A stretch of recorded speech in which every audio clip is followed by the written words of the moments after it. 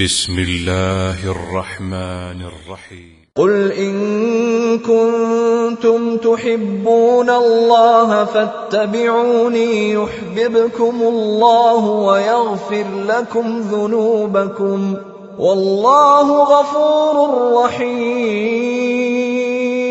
ہمیشہ سنت پر عمل کرنے اور سنت کی دعوت دینے والوں ہی کو سخت آزمایا جاتا ہے، اور سنت کی دعوت اور سنت پر عمل ایک ایسا یہ عمل ہے کہ ساری دنیا ان کے مخالف ہو جائے. شرح السنة تأليف إمام أهل السنة والجماعة في عصره أبي محمد الحسن بن علي بن خلف البربهاري. الحمد لله الذي هدانا للإسلام ومن علينا به وأخرجنا في خير أمة. اعلموا أن الإسلام هو السنة والسنة هي الإسلام. أشهد أن محمد رسول الله.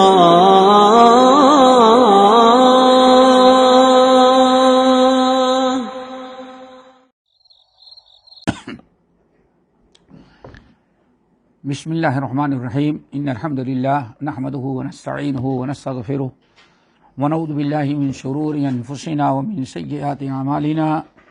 من يهده الله فلا مضل له ومن يضلله فلا هادي له واشهد ان لا اله الا الله واشهد ان محمدا عبده ورسوله. يا ايها الذين امنوا اتقوا الله حق تقاته ولا تموتن الا وانتم مسلمون. يا أيها الناس اتقوا ربكم الذي خلقكم من نفس واحدة وخلق منها زوجها وبث منهما رجالا كثيرا ونساء واتقوا الله الذي تساءلون به والأرحام إن الله كان عليكم رقيبا. يا أيها الذين آمنوا اتقوا الله وقولوا قولا سديدا يصلح لكم أعمالكم ويغفر لكم ذنوبكم ومن يطع الله ورسوله فقد فاز فوزا عظيما. اما بعد،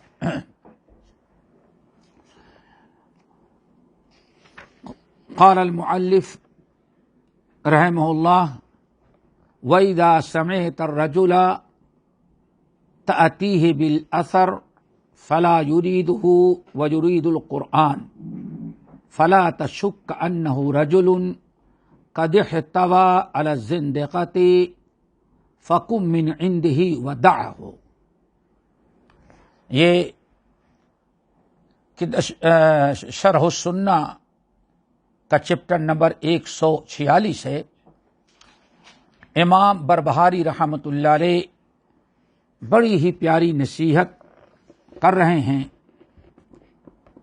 اور ہم لوگوں کو ان باتوں کو سمجھنا چاہیے، ان پر عمل کرنا چاہیے، اور سلف کا منہج طریقہ کیا تھا اس کو اپنانا چاہیے. امام بربہاری کہتے ہیں: وَإِذَا سَمِعْتَ الرَّجُلَ تَأْتِيهِ بِالْأَثَرِ، جب تم کسی آدمی سے بات کرو اس کے سامنے اثر یعنی حدیث صحابہ کے اقوال پیش کرو تو فلا یریدہ، وہ حدیث کو پسند نہیں کرتا. وَيُرِيدُ القرآن، کہتا ہے نہیں حدیث چھوڑو، ہمیں قرآن سے دلیل دو.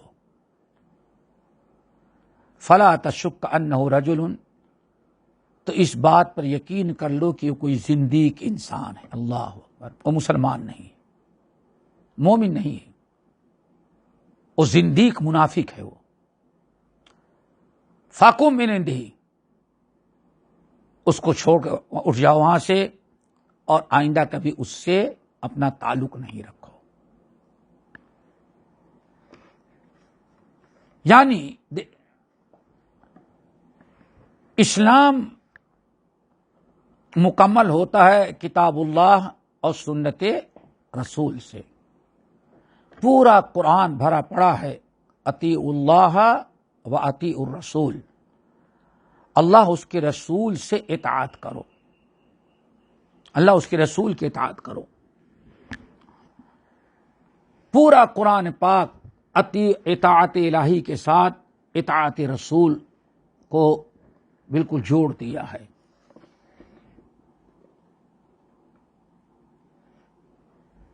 اور رسول کے اطاعت یہی ہے کہ کتاب کے علاوہ اور جو ہو. اور اللہ تعالیٰ نے ہم مسلمانوں کو 2 چیزیں سیکھنے سکھانے کا حکم دیا ہے. وَيُعَلِّمُهُمُ الْكِتَابَ وَالْحِكْمَةَ وَاذْكُرْنَ مَا يُتْلَىٰ فِي بُيُوتِكُنَّ مِنْ آيَاتِ اللَّهِ وَالْحِكْمَةِ. اللہ تعالیٰ نے قرآن پاک سورۃ النساء کے اندر فرمایا وَأَنزَلَ اللَّهُ عَلَيْكَ الْكِتَابَ وَالْحِكْمَةَ وَعَلَّمَكَ مَا لَمْ تَكُنْ تَعْلَمُ. یعنی اللہ تعالیٰ نے 2 چیزیں آپ پر نازل کی، ایک کتاب اور ایک حکمت. پتہ چل گیا جیسے قرآن نازل ہوا ایسے اللہ تعالیٰ نے حدیثیں بھی نازل کی ہیں. حدیثیں نازل کی ہیں. بس یہ ہے کہ نزول کی دونوں کی کیفیت الگ ہے، لیکن ہیں دونوں اسی اللہ کی طرف سے. اللہ تعالیٰ نے نبی علیہ الصلاۃ والسلام نے اپنے ہی زمانے میں ایک پیشین گوئی کی تھی، پیشین گوئی. اور کئی روایتیں ہیں. آپ نے ارشاد فرمایا رب رجل شبعان علی اریکتہ یقول بیننا وبینکم کتاب اللہ فما كان في حلال احللناه وما كان فيه من حرام حرمناه الا انی اوتیت القرآن ومثلہ معہ. مسند احمد، ابو داؤد، ترمذی، نسائی، ترمذی، بہت ساری کتب کی روایت اور کئی روایتیں اس میں ہیں.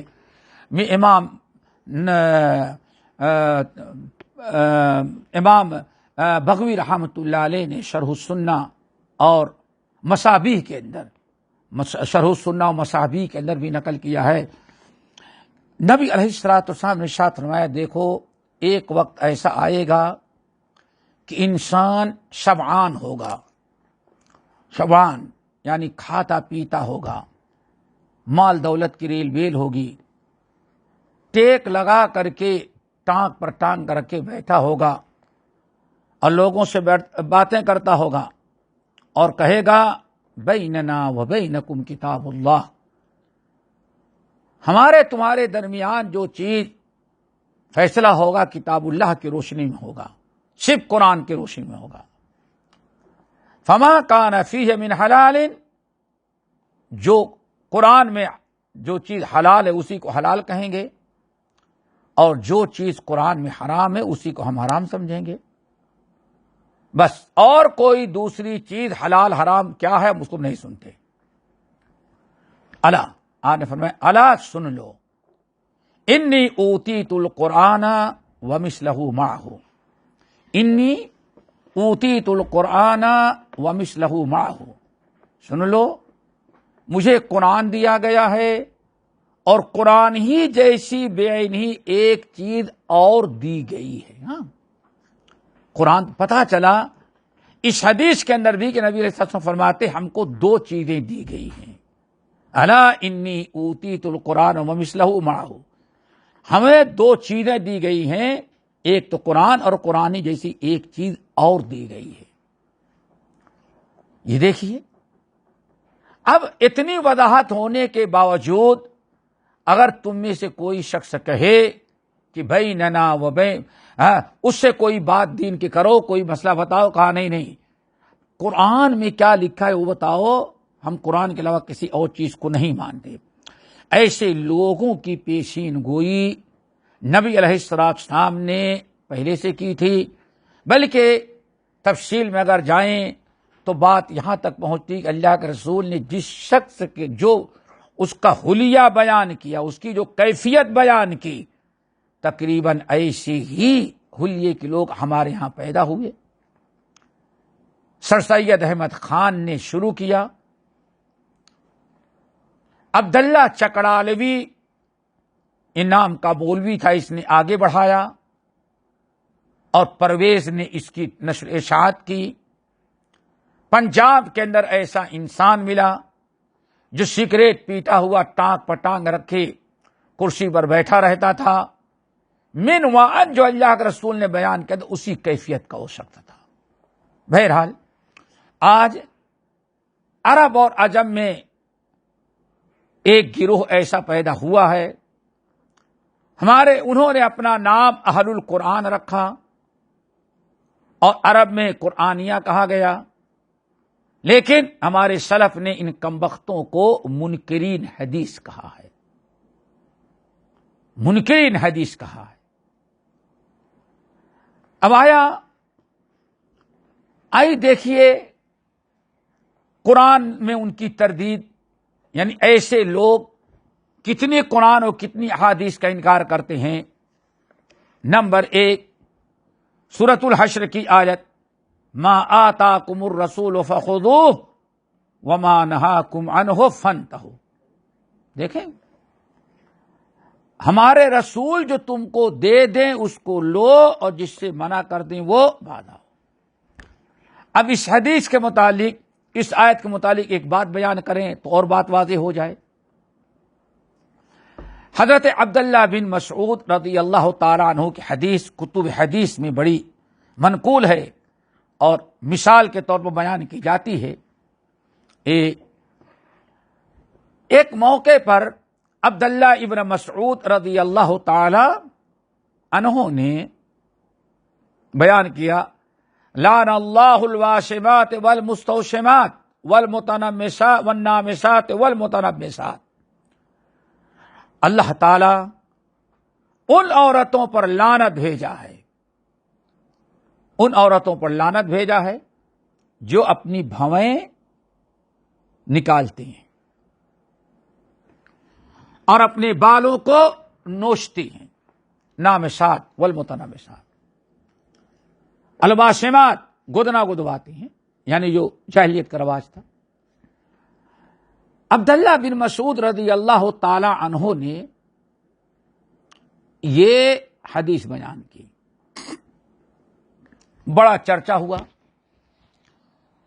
ایک عورت اپنے آپ کو بڑی پڑھی لکھی سمجھتی تھی، وہ اس میں مبتلا تھی، اس کو یہ بات پہنچی تو عبداللہ بن مسعود رضی اللہ تعالیٰ عنہ کے پاس آئی۔ عبداللہ، تم نے فتویٰ دیا کہ اللہ نے لعنت بھیجی؟ کہا کہ ہاں۔ کہا ہم نے تو پورے 30 پارے کا قرآن پڑھا ہے، کہیں یہ چیز ہم کو نہیں ملی ہے۔ کتنی وثوق کے ساتھ آئی ہے، ہم نے تو پورا قرآن پڑھا ہے، 2 دفتیوں کے درمیان کہیں اللہ تعالیٰ نے ایسی عورت پر لعنت نہیں بھیجی ہے۔ حضرت عبداللہ بن مسعود سے آ کے بحث کرنے لگی۔ عبداللہ بن مسعود رضی اللہ تعالیٰ عنہ نے کہا، اگر تم نے قرآن پڑھا ہوتا تو ضرور ملتا، نہیں میں قسم کھاتی ہے کہ نہیں میں نے پڑھی ہے۔ عبداللہ بن مسعود نے اس سورہ حشر کی آیت نمبر 7 پڑھ کے سنائی، کہا کہ اللہ کے رسول صلی اللہ علیہ وسلم نے لعنت بھیجی، حدیث تم مانتے ہو؟ کہا کہ ہاں۔ کہتی حدیث تو ہے لیکن قرآن آپ نے بتایا کہ اللہ تعالیٰ نے، اللہ قرآن میں۔ تو کہا دیکھو اللہ تعالیٰ فرمایا ما آتاکم الرسول فخذوہ وما نہاکم عنہ فانتہوا۔ رسول جو تم کو کہہ دیں، جس کا حکم دے دے اس کو قبول کرو، اس پر عمل کرو، اور جس چیز سے منع کر دے اس کو چھوڑ دو۔ عورت کو یقین آ گیا، اطمینان ہوا، اور اس پر وہ عورت خاموشی کے ساتھ چلی گئی۔ تو دوستو، قرآن اور حدیث ان کو الگ نہیں کیا جا سکتا۔ قرآن میں اکٹھا ہیں، حدیث میں اکٹھا ہیں۔ اور پھر آپ ذرا سوچیں، حدیث کا کیسے انکار کیا جائے جبکہ اللہ فرماتے وما ينطق عن الهوى ان هو الا وحی یوحى۔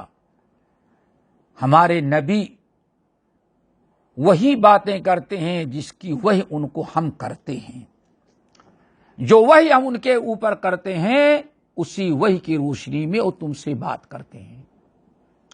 اور اسی کی طرف اللہ رسول نے کیا اشارہ کیا، الا انی اوتیت القرآن، ہمیں قرآن ومثلہ معہ، ایسے ہی واجب الاتباع اور قابل حجت، قابل قبول اور عمل، اللہ نے ہمیں ایک چیز اور دی ہے۔ اس سلسلے میں بہت ساری احادیث نبی علیہ الصلوۃ والسلام کی موجود ہیں، اور یہی صحابہ کرام رضوان اللہ علیہ اجمعین کا طریقہ تھا۔ لیکن آج کچھ عقل پرست لوگ ہوئے جنہوں نے قرآن کے حدیث کے متعلق کئی چیزیں نقل کی۔ نمبر 1، کہتے ہیں حدیث پہ کوئی گارنٹی، اللہ تعالیٰ نے قرآن کے گارنٹی کی، گارنٹی تو لیے قرآن کی ہم حفاظت کریں گے، لیکن حدیث کی گارنٹی نہیں لی ہے۔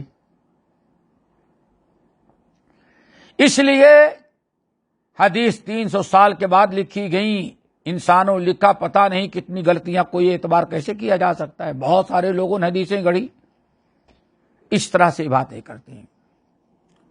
تو اس میں 2 چیزیں یاد رکھنی ہیں۔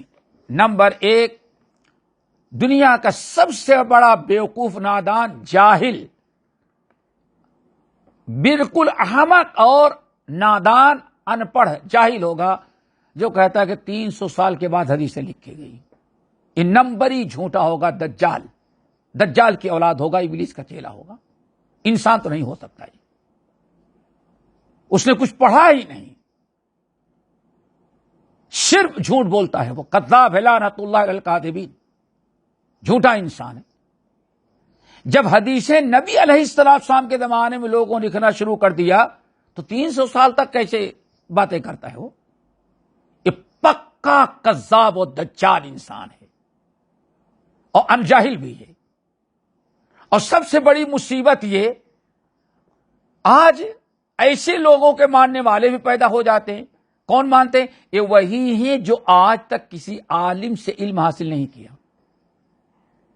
کسی عالم کے درس میں نہیں بیٹھے، کبھی کتاب و سنت کا مطالعہ نہیں کیا، بس اڑی پڑی باتیں ان کے دل و دماغ میں، بالکل کتاب و سنت کی کوئی اہمیت نہیں۔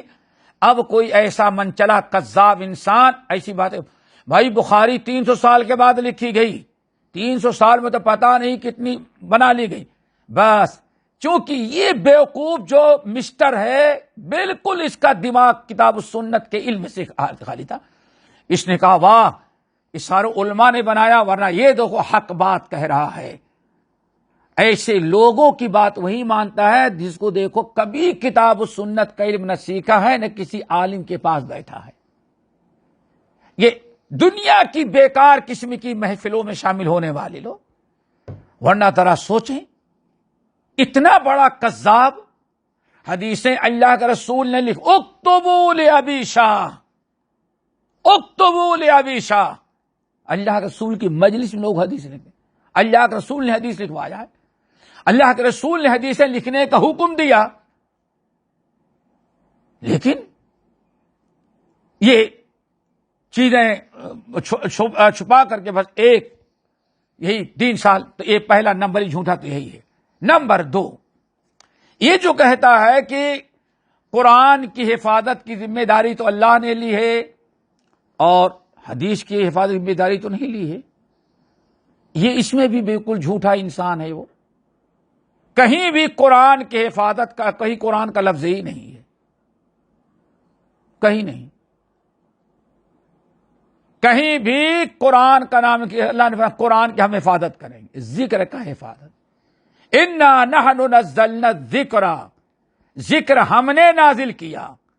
اب یہاں 2 چیزیں ہیں، یہ ہے کہ ذکر ہم نے نازل، پتہ چلا ذکر کو اللہ نے نازل کیا، اور ذکر ہے اگر آپ غور کریں گے تو قرآن اور حدیث دونوں کو ذکر کہا جاتا ہے، ذکر دونوں کہا جاتا ہے۔ پھر ایک مثال، فاسألوا اہل الذکر، سوال کرو، علم نہیں ہے تو اہل ذکر سے، لازمی چیز ہے اہل ذکر، کیا قرآن والے سے، ذکر والے، علم والے سے، جس کے پاس کتاب و سنت کا علم ہو قرآن اس سے پوچھو۔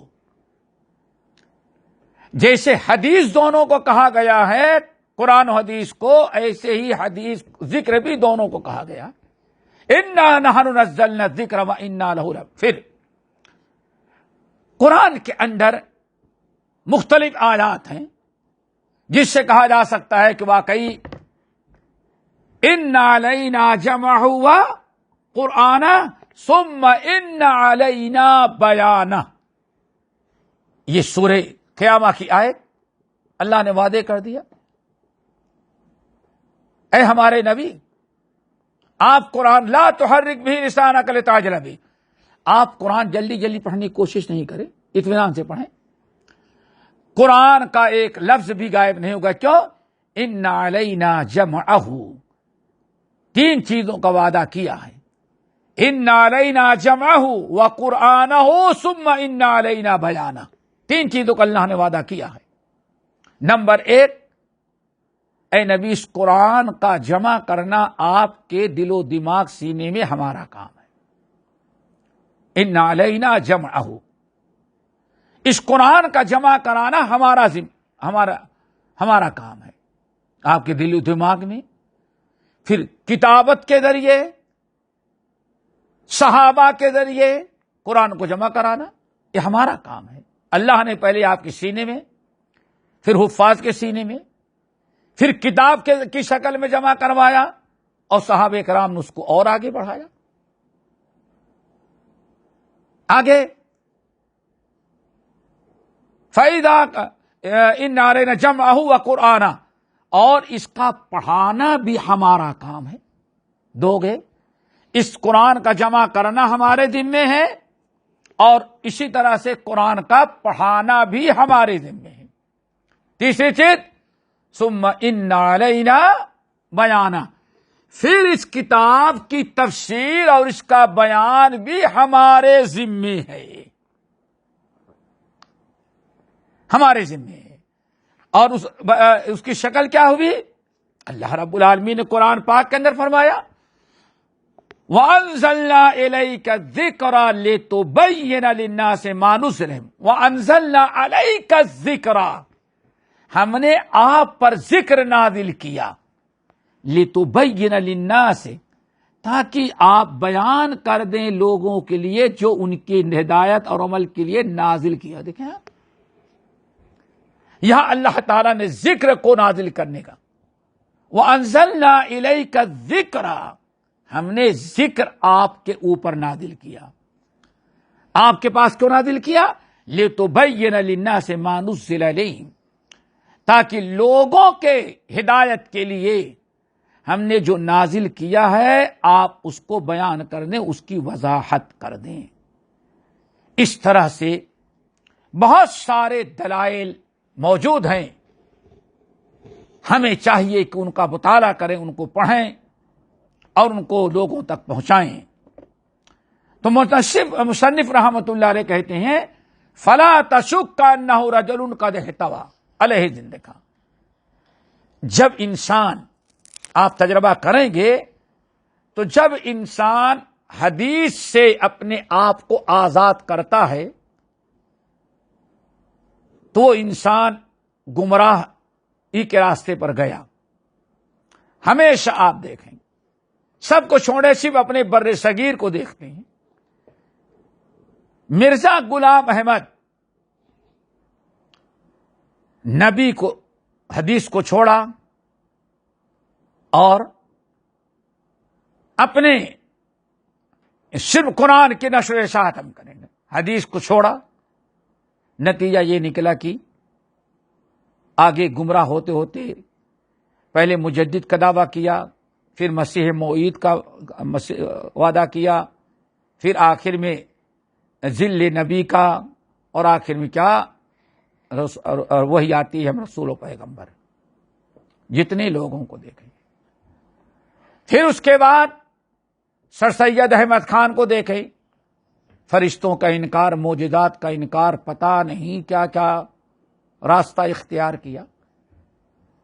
کیونکہ حدیثوں کو چھوڑ دینے کے بعد انسان آزاد ہو جاتا ہے. یضل بہ کثیر ویہدی بہ کثیر کا مصداق ہو جاتا ہے.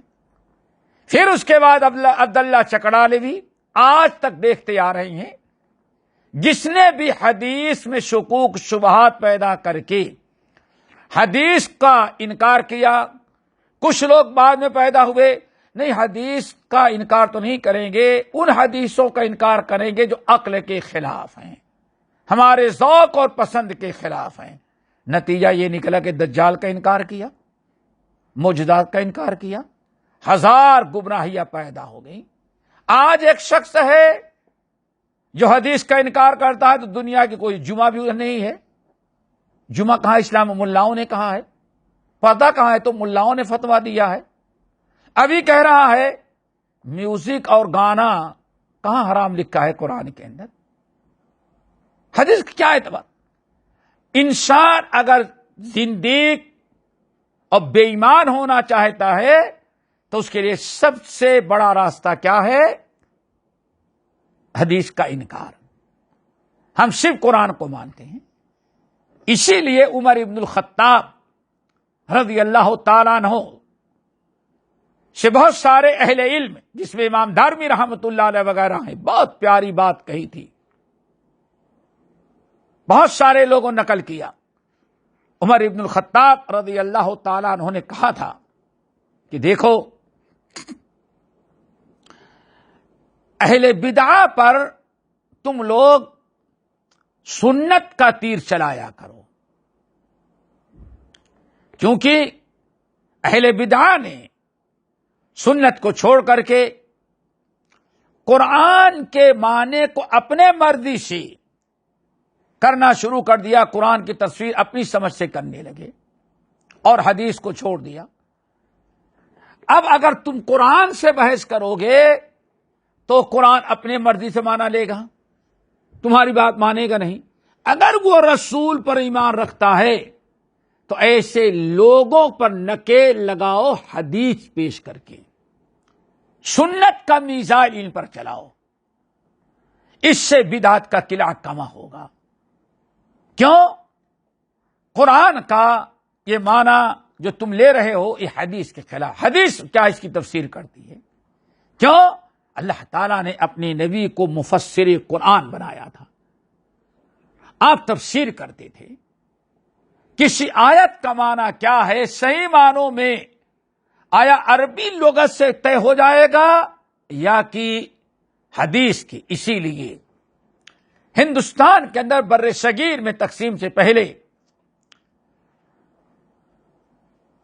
سر سید احمد خان سے کچھ لوگ متاثر ہوئے اور کچھ دن تک ان کے، پھر اس کے بعد الگ حمید الدین فراہی وغیرہ، ان لوگوں نے کہا کہ قرآن کو سمجھنے کے لیے حدیث کی ضرورت نہیں۔ حدیث کا انکار نہیں کیا، حدیث کا انکار نہیں کیا، کھلے لفظوں میں کہا قرآن عربی زبان میں نازل کیا گیا ہے تو قرآن کو عربی زبان، عربی شعرا، عربی ادب، عربی محاورے سے سمجھا جائے گا۔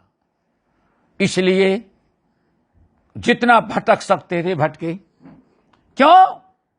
قرآن کا کوئی کی آیت ہے اس کو حدیث سے نہیں سمجھنا ہے، صحابہ سے نہیں سمجھنا ہے۔ کیوں؟ قرآن عربی زبان سمجھا جائے۔ عرب کے لوگ اس لفظ کا کیا معنی لیتے تھے وہ ہم لیں گے۔ اسی لیے حمید الدین فراہی سے لے کر کے امین حسن اصلاحی تک جتنے، اور اسی نے انہی کے چیلوں میں سے آج وہ کراچی میں جو بیٹھا ہوا ہے غامدی وہ دیکھ لیں، انہی کو اپنا استاد مانتا رہا۔